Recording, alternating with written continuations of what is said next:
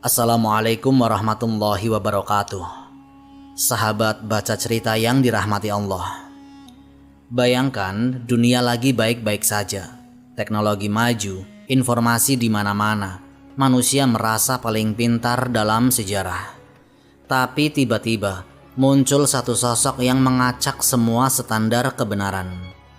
Dia datang bukan dengan pedang, tapi dengan tipuan yang terlihat seperti kebenaran. Dia tidak memaksa, tapi membuat manusia rela mengikuti. Rasulullah Shallallahu Alaihi Wasallam sudah memperingatkan sejak 1400 tahun yang lalu. Tidak ada fitnah yang lebih dahsyat dari ini. Bahkan semua nabi dari awal sampai akhir sudah mewanti-wanti umatnya tentang satu nama, yaitu Dajjal. Masalahnya, kita sering merasa ini cerita jauh. Padahal Nabi bilang, dia pasti keluar di tengah kalian. Bukan di masa dongeng, bukan di dunia lain, tapi di dunia yang sangat mirip dengan yang kita lihat sekarang. Dan lebih mengerikan lagi, ketika itu terjadi, tidak ada nabi yang membimbing. Setiap orang harus menyelamatkan dirinya sendiri. Sekarang jujur saja, kalau kebenaran dibuat tampak salah dan kebatilan dibuat tampak benar, kita masih bisa bedakan? Atau justru ikut arus tanpa sadar? Ini bukan sekedar kisah akhir zaman, ini peringatan. Dan bisa jadi kita lebih dekat dari yang kita kira. Simak kisah ini sampai akhir. Bismillah, mari kita mulai ceritanya.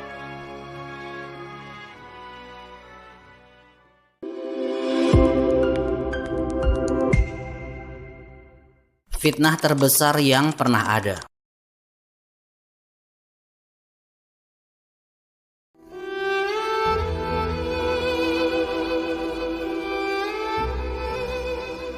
Dalam berbagai hadisnya, Rasulullah Shallallahu Alaihi Wasallam mengingatkan umatnya agar benar-benar waspada terhadap satu fitnah yang tidak ada tandingannya sejak manusia pertama diciptakan, yaitu fitnah Dajjal. Ini bukan sekedar ancaman biasa, ini adalah ujian puncak. Hal ini sebagaimana hadis riwayat Abu Umamah yang diriwayatkan oleh sejumlah imam sunan. Wahai sekalian manusia, sesungguhnya tidak ada fitnah di muka bumi ini yang lebih dahsyat daripada fitnah Dajjal. Dan Allah tidak mengutus seorang rasul atau nabi pun kecuali ia memperingatkan umatnya terhadap kemunculan Dajjal. Aku adalah nabi terakhir, dan kamu sekalian adalah umat terakhir pula. Dajjal pasti keluar dari tengah-tengah kalian.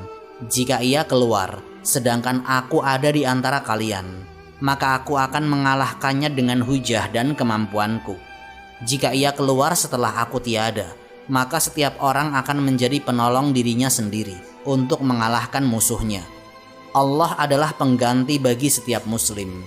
Hadis riwayat Ibnu Majah, Ibnu Huzaimah, dan Al-Hakim dari Abu Amamah. Perhatikan kalimatnya, tegas, tidak memberi ruang tafsir liar. Tidak ada fitnah yang lebih besar. Artinya, semua ujian lain, harta, jabatan, syahwat, bahkan peperangan, itu belum seberapa dibanding dengan Dajjal. Dan yang lebih serius lagi, semua nabi tanpa kecuali sudah memperingatkan umatnya tentang Dajjal. Dari Nabi Adam sampai nabi terakhir. Ini menunjukkan bahwa perkara ini bukan isu pinggiran. Ini adalah inti akidah tentang akhir zaman. Lalu Rasulullah Shallallahu Alaihi Wasallam menegaskan posisi umat ini. Kita adalah umat terakhir. Artinya peluang paling besar untuk menghadapi Dajjal juga ada pada umat ini. Tidak ada generasi setelah kita yang akan diuji dengan skala yang sama. Kalimat berikutnya bahkan lebih menampar. Jika ia keluar setelah aku tiada, maka setiap orang akan menjadi penolong dirinya sendiri. Tidak ada lagi nabi, tidak ada wahyu baru, tidak ada backup sistem dari langit dalam bentuk kenabian. Yang ada hanya iman, ilmu, dan keteguhan masing-masing. Dan penutup hadis itu memberi keseimbangan. Allah adalah penggantiku bagi setiap muslim. Artinya juga jelas, siapa yang berpegang teguh pada Allah, dia punya perlindungan. Tapi siapa yang lalai, ya jangan kaget kalau goyah. Dari sini kita bisa tarik satu garis tegas. Fitnah Dajjal bukan soal kapan dia muncul, tapi apakah kita siap ketika itu terjadi. Masalahnya, banyak orang sibuk menebak-nebak waktu kemunculannya, tapi lupa mempersiapkan diri. Ibarat orang sibuk prediksi gempa, tapi rumahnya sendiri belum diperkuat. Padahal Rasulullah SAW tidak mengajarkan kita untuk sekedar penasaran, tetapi untuk bersiap. Dan persiapan itu dimulai dari satu hal, yaitu memahami hakikat ancaman ini. Dari arah timur, arah yang ditegaskan Nabi. Munculnya Dajjal adalah bagian dari tanda besar akhir zaman. Ini bukan sekedar kisah simbolik atau kiasan. Dalam manhaj Ahlus Sunnah, kemunculannya adalah hakikat yang nyata, sebagaimana ditegaskan dalam banyak hadis sahih. Terdapat beberapa riwayat yang menjelaskan arah kemunculannya. Di antaranya hadis dari Fatimah binti Qais bahwa beliau pernah mendengar Rasulullah SAW bersabda, "Tidaklah dia Dajjal di Laut Syam atau Laut Yaman, tidak, dia dari arah timur, dia dari arah timur." Dan beliau berisyarat dengan tangannya ke arah timur. Hadis riwayat Muslim dan Abu Dawud. Perhatikan bagaimana Rasulullah mengulang penegasan itu. Dari arah timur, dari arah timur. Ini bukan kebetulan. Ini adalah penekanan. Seolah ingin memastikan umat tidak salah arah dalam memahami sumber kemunculan fitnah ini. Dalam bahasa syariat, arah mata angin disebut secara global. Timur, barat, utara, dan selatan. Tidak ada rincian seperti tenggara atau timur laut. Maka ketika Nabi menyebut timur, itu mencakup wilayah luas di sebelah timur Jazirah Arab. Hadis sahih lainnya semakin memperjelas. Dari Abu Bakar As-Siddiq radhiyallahu anhu, Rasulullah SAW bersabda, "Dajjal keluar dari daerah di sebelah timur, namanya Khurasan." Hadis riwayat Ahmad, Tirmidzi, Ibnu Majah, dan disahihkan oleh para ulama. Keterangan ini juga diperkuat oleh riwayat lain dari Anas bin Malik radhiyallahu anhu. Rasulullah SAW bersabda, "Dajjal akan keluar dari daerah Yahudiyah Asbahan. Dia bersama 70.000 orang Yahudi."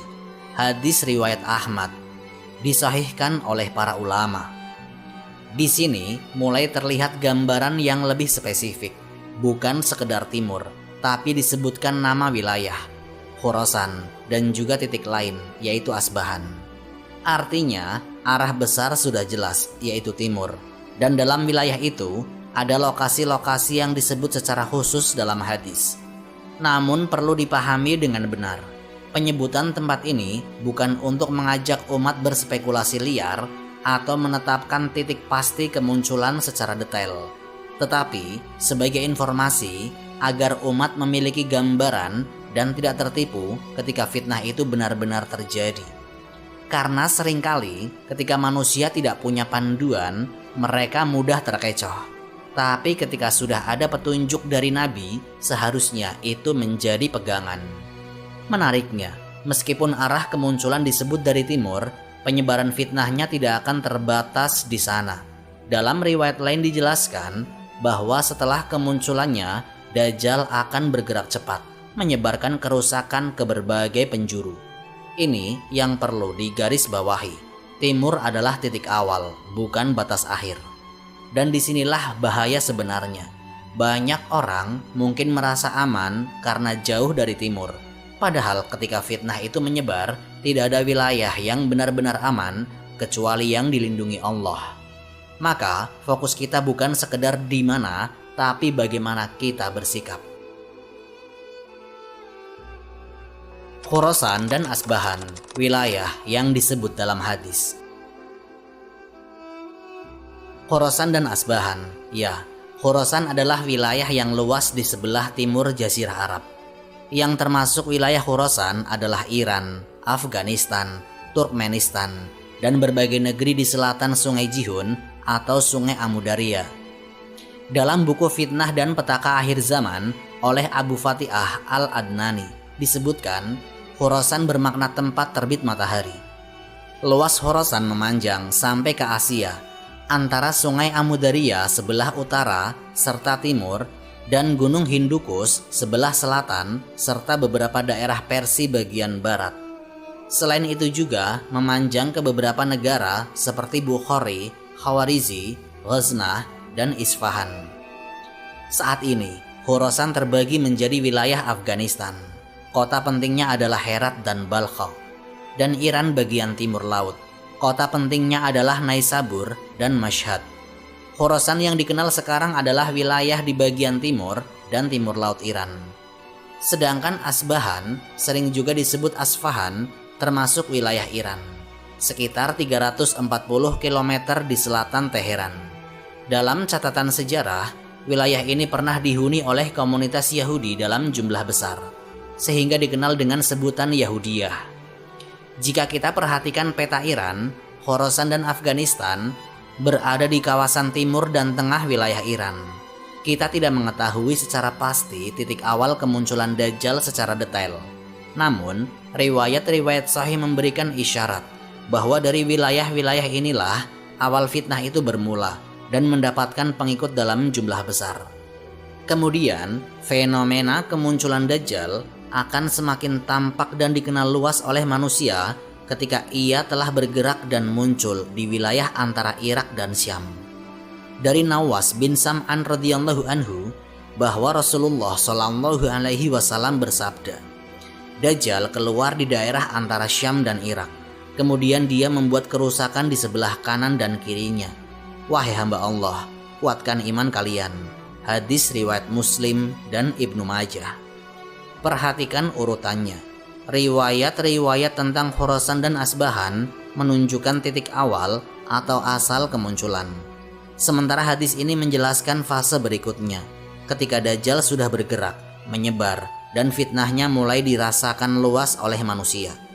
Artinya, ada tahapan dalam peristiwa ini, bukan tiba-tiba langsung mendunia, tetapi dimulai dari satu wilayah, kemudian berkembang, lalu menyebar dengan sangat cepat. Sebagian ulama seperti Al-Hafidz Ibnu Katsir rahimahullah menjelaskan bahwa awal kemunculan Dajjal berada di wilayah Asbahan, tepatnya di daerah yang dikenal sebagai Yahudiyah, dan ia akan diikuti oleh sejumlah besar pengikut. Hal ini sesuai dengan hadis dari Anas bin Malik radhiyallahu anhu. Rasulullah shallallahu alaihi wasallam bersabda, Dajjal akan keluar dari Yahudiyah Asbahan, dan 70.000 orang Yahudi yang memakai mahkota akan menjadi pengikutnya. Riwayat-riwayat ini saling melengkapi, bukan saling bertentangan. Satu menyebut arah besar yaitu timur, satu menyebut wilayah Khorasan, dan satu lagi menyebut lokasi spesifik Asbahan atau Yahudiyah. Namun sekali lagi, yang harus dijaga adalah cara memahami. Informasi ini bukan untuk memastikan titik koordinat secara detail atau membuat spekulasi yang tidak berdasar, tetapi untuk memperkuat keyakinan bahwa apa yang dikabarkan Nabi adalah benar adanya dan akan terjadi sesuai kehendak Allah. Karena pada akhirnya, yang paling penting bukan di mana tempatnya, tapi bagaimana kesiapan iman kita ketika fitnah itu benar-benar datang. Dan justru dari sinilah banyak orang tergelincir, sibuk menghafal peta tapi lupa memperbaiki diri. Saat fitnah itu menyebar dari satu titik menjadi bencana global. Jika kita perhatikan peta Iran, Khorasan dan Afghanistan berhimpit di bagian timur laut wilayah Iran. Kita tidak tahu pasti awal kali Dajjal muncul di titik yang mana. Yang jelas, di dua daerah pertama kali Dajjal muncul dan mendapatkan banyak pengikut. Fenomena kemunculan Dajjal mulai tampak dan dikenal luas di kalangan manusia ketika ia telah bergerak dari titik awalnya, tidak berhenti di satu tempat, tidak menetap di satu wilayah. Justru disinilah awal dari gelombang besar fitnah itu. Setelah fase awal di wilayah timur, Dajjal kemudian bergerak hingga sampai ke kawasan antara Irak dan Syam. Di titik inilah fitnahnya mulai benar-benar terasa secara luas. Dari Nawas bin Sam'an radhiyallahu anhu bahwa Rasulullah Shallallahu Alaihi Wasallam bersabda, Dajjal keluar di daerah antara Syam dan Irak. Kemudian dia membuat kerusakan di sebelah kanan dan kirinya. Wahai hamba Allah, kuatkan iman kalian. Hadis riwayat Muslim dan Ibnu Majah.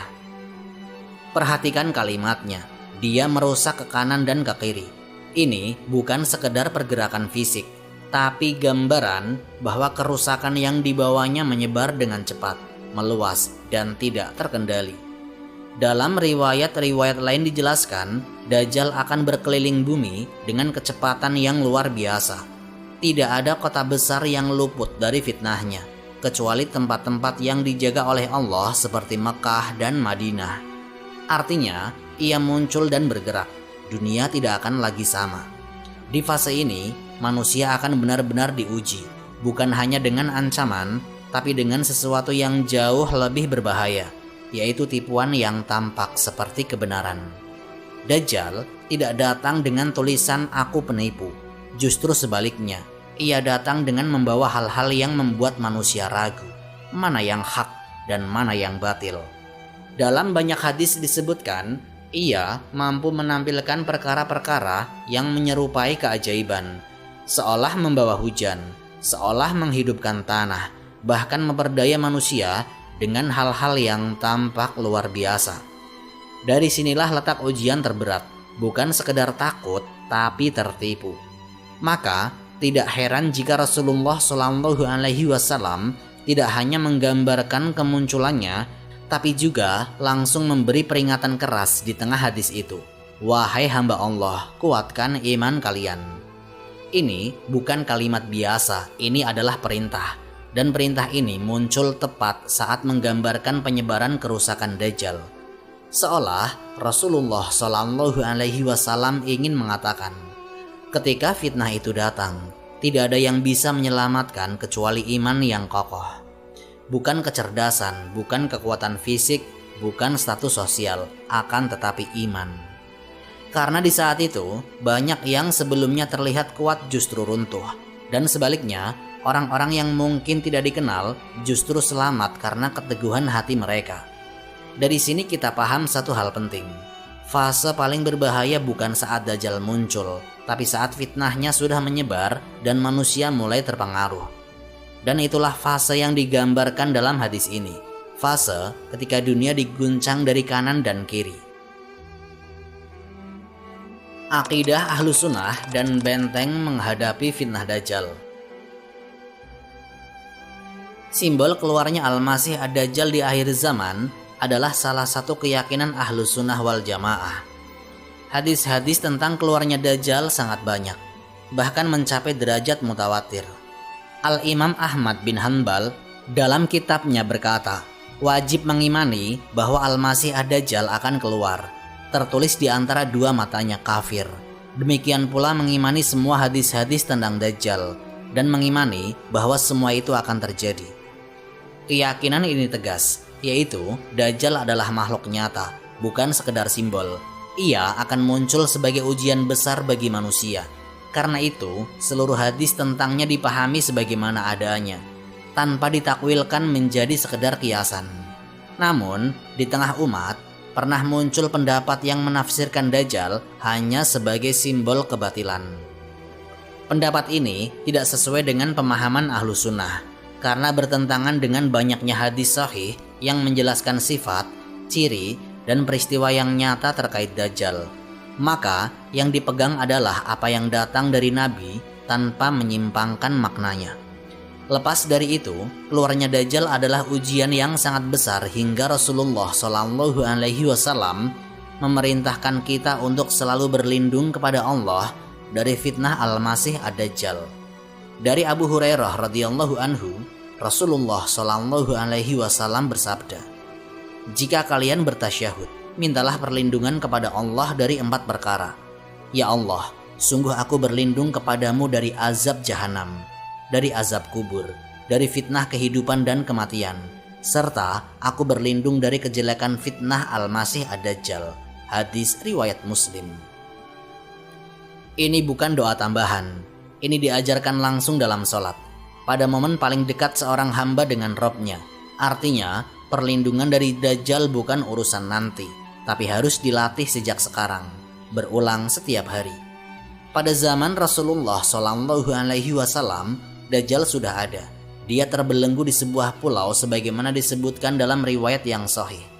Rasulullah SAW juga menggambarkan bahwasanya Dajjal akan keluar dari arah timur dari Khurasan. Wallahu a'lam. Dari seluruh rangkaian ini, ada beberapa hal yang harus menjadi pegangan. Pertama, iman kepada kabar Nabi tanpa ragu. Tidak ditolak, tidak dipelintir, tidak dijadikan simbol semata. Kedua, memperbanyak perlindungan kepada Allah, khususnya dengan doa yang diajarkan dalam tasyahud. Ketiga, menguatkan iman dan ilmu. Ketika fitnah Dajjal menyerang dua hal itu sekaligus, keyakinan dan cara berpikir manusia. Keempat, tidak sibuk dengan spekulasi, tapi fokus pada kesiapan diri, karena saat fitnah itu datang, yang menyelamatkan bukan informasi, tapi keteguhan. Dan yang paling penting, Rasulullah SAW sudah memperingatkan, sudah menjelaskan, dan sudah memberi jalan selamat. Tinggal satu pertanyaan jujur untuk diri sendiri. Kalau hari ini Dajjal muncul, kita siap atau ikut arus? Wallahu a'lam bishawab. Semoga kisah ini memberikan manfaat dan menjadi pengingat bagi kita semua untuk terus memperbaiki diri serta meningkatkan ketaatan kepada Allah Subhanahu wa Ta'ala. Lebih dan kurangnya mohon dimaafkan. Yang benar datangnya dari Allah Subhanahu wa Ta'ala. Khilaf atau keliru itu datangnya dari saya pribadi sebagai manusia biasa. Sampai jumpa di kisah-kisah inspiratif berikutnya.